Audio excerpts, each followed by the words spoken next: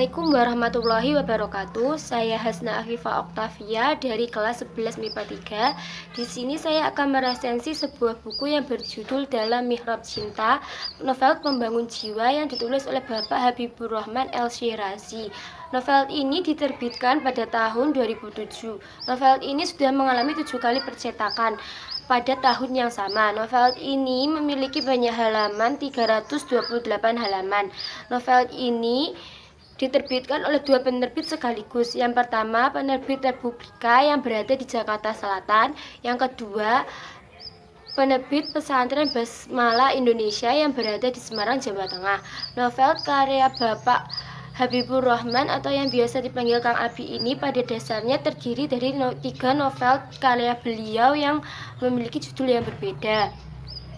Ketiga judul tersebut diantaranya Takbir Cinta Zahrana, Dalam Mihrab Cinta, dan Mahkota Cinta. Novel pertama yang terdapat dalam buku ini berjudul Takbir Cinta Zahrana, yang mengisahkan pergulatan Zahrana sebagai seorang dosen di salah satu universitas swasta di Semarang dalam mencari pasangan hidupnya. Dalam cerita ini, Zahrana digambarkan sebagai seorang wanita yang telat menikah karena lebih mementingkan karirnya. Walaupun usianya sudah tidak muda lagi, Zahrana tidak dengan mudah menerima pinangan dari atasannya yang kaya raya, memiliki jabatan yang tinggi, namun tidak memiliki akhlak yang baik. Karena penolakan pinangan ini membuat Zahrana harus menerima teror pesan dari atasannya terus-menerus, dan sampai pada puncaknya ketika Zahrana mendapati calon suaminya terbunuh. Disinilah kegigihan iman Zahrana diuji, bahwa Allah Maha mengetahui takdir dan jodohnya. Sampai pada akhirnya Zahrana dipertemukan lagi dengan jodohnya yang tidak diduga olehnya. Novel kedua dalam buku ini berjudul Dalam Mihrab Cinta yang dipetik dari buku roman Dalam Mihrab Cinta. Dalam novel kedua ini menceritakan tokoh Samsul yang difitnah oleh temannya yang bernama Burhan atas tuduhan mencuri, sehingga dia dikeluarkan dari pondok pesantren tempatnya belajar. Hal ini menyebabkan ia dibenci oleh keluarganya dan memilih meninggalkan rumah. Karena dia meninggalkan rumah tersebut menyebabkan ia harus menjadi pencopet yang sesungguhnya. Akan tetapi pada akhirnya dia akan kembali ke jalan Allah setelah menerima pekerjaan yang lebih layak. Novel yang ketiga berjudul Mahkota Cinta yang mengisahkan tentang Zul yang memiliki karakter yang jujur dalam menghadapi takdirnya untuk menempuh pendidikan S2 di UM.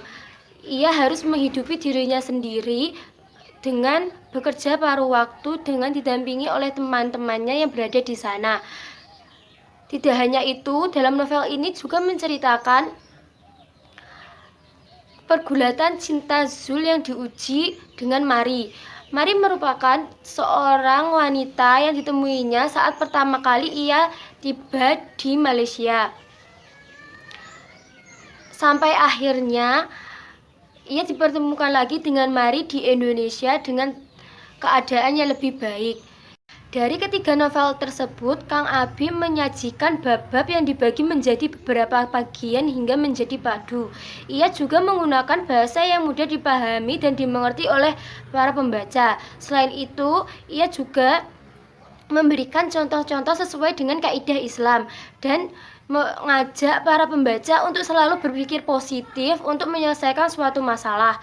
Tidak dipungkiri, novel ini juga memiliki kekurangan, di antaranya tidak terdapatnya daftar isi sehingga membuat para pembaca bingung untuk menentukan di halaman berapa bab yang ingin ia baca, dan juga terdapat beberapa kesalahan dalam penulisan kata maupun pencetakannya yang kurang jelas.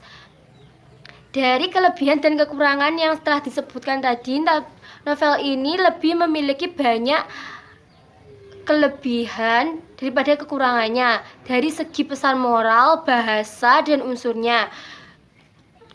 Walaupun pada awalnya novel ini tidak menarik untuk dibaca, tapi beberapa alur setelahnya itu malah membuat pembaca lebih ingin membaca novel ini. Sekian resensi dari saya. Bila ada kurang lebihnya saya mohon maaf. Wassalamualaikum warahmatullahi wabarakatuh.